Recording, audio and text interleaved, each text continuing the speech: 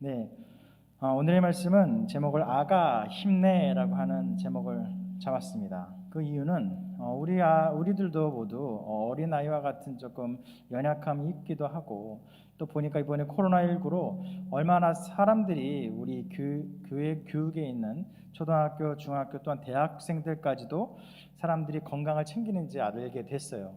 그래서 우리도 아직은 아가지, 좀 누군가에게 보살핌을 받았으면 좋겠다라는 생각을 해서 아가라는 얘기를 했고, 또 아가는 항상 힘을 내야 됩니다. 왜냐면은 어린아이일수록 뭔가 밥을 먹는 것, 걸어가는 것 모두 열심히 하지 않으면은 잘 이루어지지가 않아요. 그래서 옆에서 잘한다 잘한다 해주고 해야 되는데, 때로는 우리도 신앙 속에서 어린아이와 같은 부분이기 때문에 누군가 주변에 도움이 필요할 때도 있어요. 그때에 주변에는 함께 예배하는 이들도 많은 도움이 되겠고, 또 한 가지는 하나님께서 성령님과 함께 우리를 주셔서 언제나 어디서나 우리에게 성령님께서는 항상 함께 해주신다는 것을 기억해 주셨으면 좋겠습니다. 그래서 하나님 앞에는 우리는 항상 어린아이처럼 보이겠죠. 그래서 언제나 성령님이 우리에게 아가, 아이야 힘내라 라고 이야기하는 그 말씀을 항상 하고 계시다는 것을 기억했으면 좋겠습니다. 오늘의 본문 말씀으로 들어가도록 할게요. 들어가기 전에 제가 좀 이상하죠. 막 장갑 끼고 있고 마스크 끼고 있는데 아마 교회에서 이게 좀 설명을 드리고 시작을 해야 될 것 같아서, 교회에서 가장 많은 사람을 만나고 가장 열심히 돌아다니는 사람이 저예요. 그래서 일단은 장갑을 끼고요. 왜냐면 마이크 같은 것도 제가 잡고 하는데, 장갑을 끼고 마스크를 낀 이유가 제가 가장 위험합니다. 죄송합니다. 많은 사람을 만나기도 하고 교회에 가장 오래 있기도 해서 여러분들에게 좀 안전하게 하기 위해서 조금 과하게 했습니다. 네, 좀 양해를 좀 구하면서 오늘의 말씀 살펴보도록 하겠습니다. 오늘의 본문의 내용은 아주 심플해요. 그냥 예수님께서 중풍병자를 고치셨습니다. 근데 2절에서 살펴보면은 예수님께서 중풍병자에게 이야기하시죠. 작은 자야 안심하라 라고 말씀하십니다. 사람들은 이 말씀이 정말로 어린 아이를 이야기하는지, 아니면 믿음이 작아서 그렇게 아이라고 부르는지는 여러 가지 의견들이 있는데 정답이 없어요. 왜냐하면 예수님이 설명하지 않는 이상은, 아니면 이 당시에 있던 사람들이 얘기하지 않은 이상은 뭐가 정답인지 모르기 때문이에요. 그런데 문자 그대로 보면은 이것은 그냥 어린아이입니다. 마치 초등학생들 같은, 중고등학교 같은 진짜 어린아이를 이야기하는 것이에요. 그래서 그냥 양쪽 다 뚜렷한 근거가 없기 때문에 어린아이로 이해하면 좋겠고, 또 새 번역이라는 성경책을 보면은 여기서는 어린아이라고 했지만 여기서 보면 새 번역에서는 아이라고 표현합니다.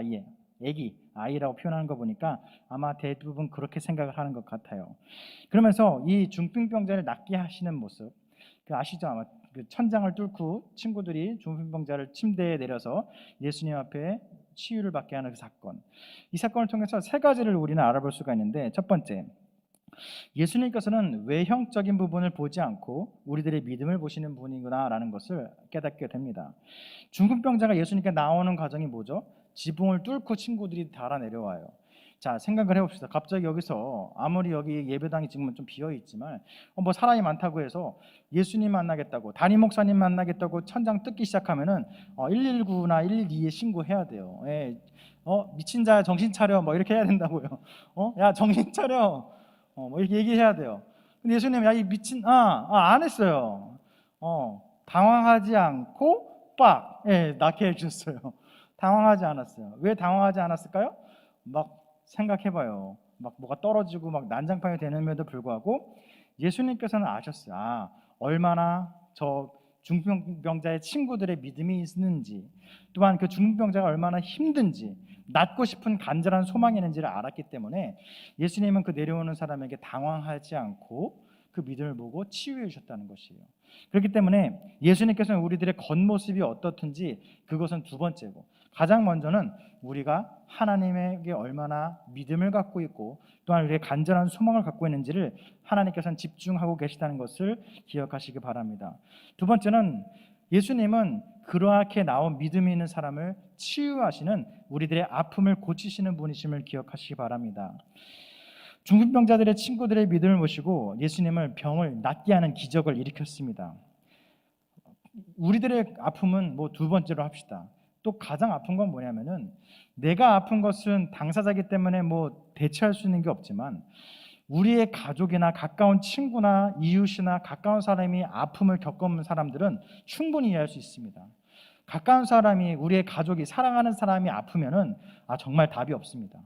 내가 아픈 거는 나는 나를 포기할 수 없으니까 그냥 가면 되는데, 가장 가까이 사랑하는 사람이 아플 때는 때로는 포기하고 싶은 생각이 막 올라오기 때문에 그것을 누르면서 어떻게 해야 될지에 대해서 끊임없이 고민을 하게 됩니다. 그러니까 어찌 보면 더 고민스러운 것이, 내가 아픈 것보다 내가 사랑하는 가족, 내가 사랑하는 사람이 아픈 게 더 마음이 아픕니다.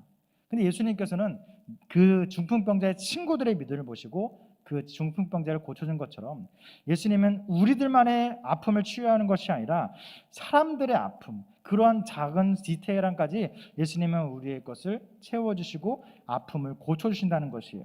마지막으로 우리에게 보여주신 예수님은 죄를 해결해 주시는 예수님을 볼 수가 있습니다. 우리가 읽은 9장 2절 후반에 뭐라고 되어 있냐면, 중풍병자에게 병이 나았다라고 이야기하지 않고 죄 사함을 받았다라고 말씀하십니다. 사람의 육체 고통 중에 생각보다 많은 부분은 우리들의 연약함과 인간의 죄로부터는 부작용에 있습니다. 예를 들어 감기라고 예를 들면은, 사람은 아마도 적어도 알게 모르게 수백 번의 감기를 낫고 다시 걸리고 낫고 다시 걸리고 계속하는 부분이 있습니다. 그런데 죄라고 하는 것은 뭔가 감기처럼 나을 수도 있고 다시 걸릴 수도, 이런 것이 아니라, 죄의 문제는, 예수 그리스도께서 우리에게 해결해 주신 죄의 문제는 단 한 번의 해결로 우리의 죄를 사해 주셨다는 것입니다. 물론 그것의 이후의 삶은 우리가 그것을 믿느냐 믿지 않느냐에 따라서 달라지겠지만, 그 당시의 삶 가운데의 우리의 죄는 예수님께서 이미 2000년 전에 십자가에서 돌아가심으로써 해결받았다고 하는 것이 하나님께서 우리를 얼마나 사랑하는 신에 대한 반증이고 우리가 기억해야 될 문제라고 하는 것입니다. 그러면 정리를 해보자면, 오늘의 이야기 가운데 핵심 내용은, 첫 번째, 예수님은 외형을 보지 않고 우리들의 믿음을 보십니다. 두 번째는 우리들의 외적인 것과 또한 우리 주변에 있는 사람들의 아픔까지도 치유해 주신 치료자입니다. 세 번째, 우리들의 죄까지도 해결하시는 예수님이다라는 것을 우리는 이 말씀을 통해서 기억해 볼 수가 있습니다. 자, 여기까지는 이제 중학교, 고등학교 정도의 설교였다면, 청년들이기 때문에 한 번 더 나가 봅시다. 자, 시선을 돌려서 이 말씀 가운데에 우리의 삶을 한번 살펴봅시다. 그렇다면 우리는 예배하고 믿음 생활을 하면서도 아직까지도 죄와 육체의 질병의 불안함 속에서 살아갈 수밖에 없을까요? 이것이 오늘 제가 여러분들에게 던지는 질문이고, 또한 여러분들과 나누고자 하는 이야기입니다. 이미 예수님께서는 2000년 전에 중풍병자에게 고침을 허락하시고 죄사함을 주셨던 것처럼 우리들에게도 죄사함을 허락하시고 우리들의 질병을 해결해 주셨다라고 이야기하고 있습니다. 그런데 정작 우리들의 삶을 바라보면 아직도 우리들은 죄의 문제를 해결하지 못했고, 아직도 우리는 질병이라든지 연약한 가운데 넘어지고 두려워할 수밖에 없는 세상을 살아가고 있습니다. 굳이 코로나19 그것이 아니라 그냥 질병 앞에 우리는 연약할 수밖에 없습니다. 우리들은 괜찮나요? 우리가 사랑하는 사람 누군가는 아픔 가운데 놓여 있는 것이 현실이라는 것입니다. 그러면 예수님께서 다시 이 땅에 오셔서 그 모든 것을 해결해 주셔야 되는 건가요? 아니면 예수님의 말씀이 불완전해서 뭔가 보완할 수 있는 새로운 말씀이 필요한 건가요? 뭔가 성경에서는 해결되었다라고 이야기하지만 정작 우리들은 해결되지 않은 우리들의 모습을 살펴볼 수 있다라고 하는 것입니다. 그러면 이것을 통계학적으로 좀 과학적으로 접근해 보면은, 종교 사회학이라는 학문이 있는데 여기서는 이렇게 이야기해요.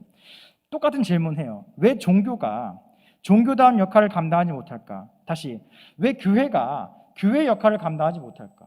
교회 역할을 하면 세상의 불안함을 해소해주고 죄를 없애주고 또한 질병 가운데 불안한 사람들에게 위로가 되어야 되는데, 오히려 오늘 우리의 상황을 보더라도, 야, 코로나 확산 때문에 교회 가지 마, 교회는 예배하지 마, 아예 교회 가지 말라니까 왜 가? 이것이 그냥 팽배합니다. 젊은 사람들은 교회에 안 가는 게 트렌디해 보이고, 뭔가 온라인으로 만나지 않고 예배하는 것이 세련돼 보이는 것을 막 세상은 조장하기도 해요. 그리고 자신의만의 시간을 보내고 자신만의 뭔가 시간을 가족들과 보내는 것이 더 유익하지 않나라는 자신의 믿음을 다시 생각해보는, 뭔가 잘못 생각하는 부류도 생겨나고 있다고 하는 것입니다. 그러면 도대체 왜 교회가 교회답지 못하고 교회가 세상에 끌려갈 수밖에 없지? 라는 것에 대해서 종교사회학이라는 곳에서 통계는 이야기합니다. 100년 전만 해도 코로나와 같은 질병의 문제가 우리 교회 앞에 있을 때에 사람들은 교회로 몰렸습니다. 왜냐하면 100년 전만 해도 바이러스와 질병에 대한 문제가 정확하게 늘어나지 않았기 때문에 이 모든 것을 종교의 힘으로 해결할 수밖에 없었습니다. 아직 과학이 발전되기 전이니까. 그런데 이미 과학이 발전이 된 오늘 우리는 종교에 의지하지 않습니다. 왜냐고? 바이러스라는 것을 너무 잘 안다고 생각하기 때문이죠.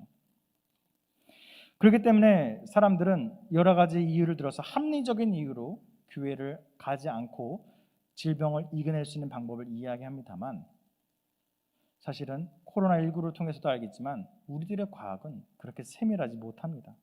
그렇게 합리성을 주장하지만 합리적이지 못합니다. 그래서 결국 이 종교사회라는 곳에서는 왜 교회가 교회답지 못한가? 세상에 너무 합리성을 강조하는 세속화되었다라고 합니다.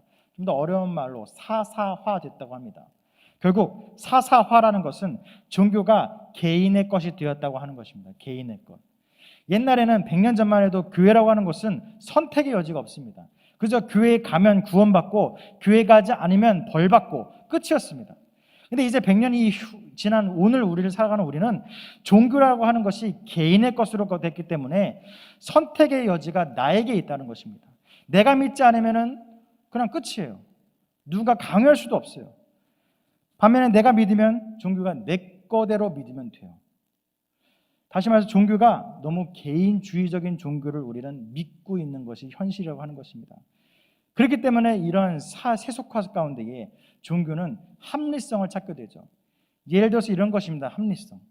체계가 갖춰지게 되고 뭔가 그럴듯해 보이는 구조를 갖추게 돼요. 죄송해요. 예를 들어 볼게요. 청년들 같은 경우는 임원이 구성이 되어 있고 셀 리더가 있고 청년들이 있습니다. 그럴 때에 합리적인 결정을 하기 위해서는 적어도 먼저 리더들끼리의 회의를 거쳐서 청년들에게 통보를 하지요. 되게 합리성이 있어 보이잖아요. 합리적이죠. 이견이 있어도 회의를 했으니까 민주주의에 따라서 가자라고 하죠. 근데 여기에 가장 큰 문제가 무엇이냐? 소외된 사람들에 대한 의견은 묵살된다는 것입니다. 합리적이죠. 뭔가 리더들 다 청년들이 뽑은 리더들이고 청년들이 뽑은 뭔가 임원이니까 그들이 결정하는 것을 우리는 따라야 된다는 것을 암묵적으로 인정했지만 그것을 따르다 보면 결국은 소외된 사람이 생겨날 수밖에 없다는 것입니다. 결국은 제가 이야기하는 것은 합리성을 이야기하지만 그것이 정작 합리적인 것은 우리에게 유익만 있다는 것은 아닙니다. 자유로울 수는 있죠. 오히려 지도자들에겐 편안합니다. 뭔가 컴플레인이 들어왔을 때 그거는 임원들이 결정한 거야. 내가 한 게 아니고 여러분들이 한 거지 뭐. 이렇게 도망가면 됩니다. 그런데 하나님의 성경을 아무리 말씀을 찾아보고 성경을 찾아봐도 합리성이라는 것은 성경에 교회에 어울리진 않습니다. 왜냐하면 하나님께서 이 세상을 창조하신 주인이고 하나님이 법인데 거기에서 어떤 인간의 합리성을 주장할 수 있겠어요? 그저 우리는 피조물로서 하나님께 받은 은혜를 갖고 그 은혜로 살아가는 것밖에 할 수 있는 게 없기 때문에 나의 종교를 만들거나 사사로이 세속화된 종교를 내가 믿을 것은 없다라고 하는 것입니다. 그렇기 때문에 우리가 종교다운 역할을 왜 못하느냐? 합리성 때문에 또 사라진 것이 하나 더 있는 것이 그것이 교회의 마술적인 신화적인 부분입니다. 이것이 비마술화, 비신화화라는 어려운 용어를 쓰는데 결국은 신비로움이 없었다는 거예요. 이 중풍병자를 예수님 앞에 데려올 때만 해도 사람들은 믿었어요. 뭐냐고? 예수님 앞에 나아오면은 치유받게 될 것이라는 확실한 믿음이 있었어요. 그런데 지금은 어떨까요? 코로나19에 걸린 사람이 교회에 지나만 갔더니 나았다라고 하면은 전 세계적으로 교회가 흥행할 거예요. 그런데 그런 일이 별로 들려오지가 않아요. 있겠지만 들려오지 않아요. 왜냐고? 사람들은 별로 믿지 않기 때문이에요. 코로나는 코로나고 교회는 교회고 질병은 질병이고 교회는 교회고 우리의 아픔과 현실은 그냥 현실이고 교회는 교회야. 믿음 생활과 현실의 세계를 철저히 이분법적으로 나누면서 그것이 마치 거룩한 것처럼 사람이 이중인격자가 되는 것처럼 세상을 살아가고 있다는 것이에요. 결국 내 종교, 세속화된 내 종교를 만들고 있다고 하는 것입니다. 이제 말씀을 정리합니다. 이런 얘기가 있어요. Man in society, society in man. 한마디로 사회 안의 사람, 사람 속의 사회, 사회가 먼저인지 사람이 먼저인지는 잘 모릅니다. 그런데 우리가 집중해야 될 것은 사람과 사회 둘 다 중요하다고 하는 것입니다. 사람들이 모여서 사회를 이루는 것인지, 사회를 구성하기 위해서 사람들이 존재하는 것인지, 학자들은 싸울 수 있습니다. 그런데 하나님께서는 분명히 이야기하는 것은 사회를 이야기하지 않고 하나님의 자녀된 우리 사람을 이야기하신다는 것입니다. 그렇기 때문에 사회의 평안함과 사회의 구성과 합리성을 위해서 우리가 교회의 문을 닫아야 된다? 그건 생각을 해봐야 됩니다. 합리성이 아니라 하나님의 방법에 옳으냐 그르냐에 따라서 교회는 문을 열고 문을 닫을 것입니다. 다시 말해서 과연 우리가 코로나19 때문에 믿음의 사람들이 어떤 역할을 해야 될까? 세상이 요구하는 것이 무엇입니까? 그것을 묻는 것이 아니라 오히려 이 상황 속에서 하나님께서 원하는 것이 무엇인지를 우리는 물어야 되고 그것을 감당하며 살아가는 것이 믿음의 사람들이 해야 된다는 것입니다. 무엇이 합리적이고 민주적이고 그런 것을 우리는 생각할 겨를이 없습니다. 부담이 있을 수도 있지만 회의를 통해서 의견을 결정하는 것이 겉으로 보여지지만 소외되는 것처럼 모든 것은 완벽할 수 없습니다. 그때에 우리는 도전해 보는 것입니다. 모든 것이 완벽한 게 없다고 하면은 과연 하나님께서는 과연 우리를 어떻게 인도하실까를 생각해 보는 여러분 되시길 바랍니다. 그렇기 때문에 하나님 앞에서 우리는 연약한 아이, 어린 아이, 더 나아가서 뭔가 진짜 신생아가 옆에서 엄마 아빠가 일어나고 밥 먹을 때 응원해 주는 것처럼 마치 우리는 세상 가운데 어린아이와 같이 연약한 사람들이지만 예수님께서 성령님을 통해서 우리에게 아가 힘내! 할 수 있어. 그래 한번 해보자. 믿음의 사람들이란 것을 세상 가운데 한번 갖고 살아가 보자 라고 이야기하는 그 응원하시는 성령님을 힘입어서 우리는 한번 나가보는 것입니다. 그때 어떻게 나갈까? 마치 중풍병자에게 끌려서 예배당에 온 사람이 될 것인지 아니면 오히려 중풍병자를 끌고 예배당에 온 그 믿음이 있는 친구가 될지는 여러분들이 결정하시기 바랍니다. 둘 중에 하나일 것 같아요. 성령님에 끌려서 예배당에 억지로 오든지 아니면 믿음의 사람으로서 예배 자리로 여러분 스스로 나와서 구원받은 백성이 될 것인지는 스스로 결정해 보시기 바랍니다. 나의 고통, 아픔, 더 나아가 죄의 문제까지도 해결하시는 치료자 예수 그리스도를 의지하는 저와 여러분 되시기를 소망드립니다. 이번 코로나19 점점 우리의 문 앞까지 오게 되고 또한 정말로 힘든 이야기들이 많이 나오지만 저는 희망을 갖고 있습니다. 엊그저께 뉴스 기사에서 봤더니 780명이 넘는 많은 교인들의 확진자가 당하게 한 두 교회 가운데에 제3차, 제4차 감염이 0명이 이루어졌다는 이야기를 듣게 되었습니다. 어떻게 했느냐? 이렇게 마스크를 끼고 장갑을 끼고 충분히 사회적 거리를 두고 예배했더니 확진자가 왔다 가는데도 괜찮았다는 것입니다. 오히려 반면 노래방, 음식점, 주점 이런 데는 한 명이 지나갔지만 3차, 4차까지 지금 전파를 하고 있는 상황이 현재 우리의 상황이라고 하는 것입니다. 죄송합니다. 영상으로 예배하신 여러분들도 이것 때문에 교회 못 나온다고 하는 것이면 좀 고민해 보시기 바랍니다. 또한 예배당에 나오신 여러분들 가운데 혹시나 마음에 꺼리낌이 있고 누군가 물었을 때 대답을 어떻게 될지 당당하게 얘기하십시오. 뭔가 이 질병이라는 것은 당장한 눈에 보이는 문제지만 우리의 인생에 있어서는 여기에 너무 연연할 시간이 없습니다. 여러분들의 인생은 정말 귀하고 하나님께서 특별히 쓰임받을 귀한 선택받은 청년들이라는 것을 꼭 기억해서 나의 연약함과 부족함, 죄를 치유해 주시는 예수 그리스도를 인정하고 또한 그 예수님을 향해서 우리가 목 놓아 기도하고 찬양하고 내 손을 잡아 주시옵소서 간구하는 여러분 되시길 바라면서 이번 한 주도 건강하시길 소망드립니다. 시간 마지막